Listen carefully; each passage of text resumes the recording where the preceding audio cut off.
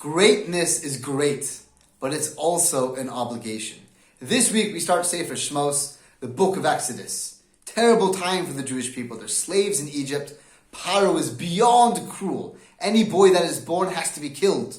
And in that era, a boy was born, and the mother saw that he was radiant, that he was special, and she went above and beyond to save and protect this baby. And she puts him in a basket and takes the basket to the river and lets him float away to safety. And on the other side of the river, there's an Egyptian princess, Batya, and she's going for a bath, and she sees the baby, and she's overcome with compassion and mercy, and she reaches out and she picks up the baby and she takes him out of the water, and she calls him Moshe. The name Moshe, she says, Ki min hamayim mishitihu, because from the water I took him out.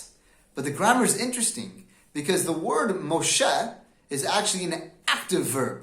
But in the story that she's relating to, Moshe was very passive. He was sitting in the basket and he was passively taken out. Why does she give him a name with an active verb?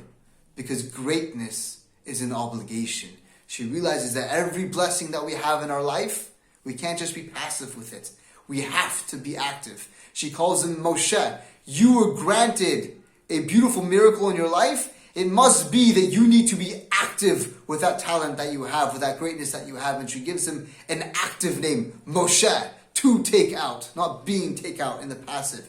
Because every greatness that we have, and we all have our own greatness, our own talents, our own blessings, we shouldn't be passive with them. We need to use them to make the world a better place and to be active with our talents. Shabbat Shalom.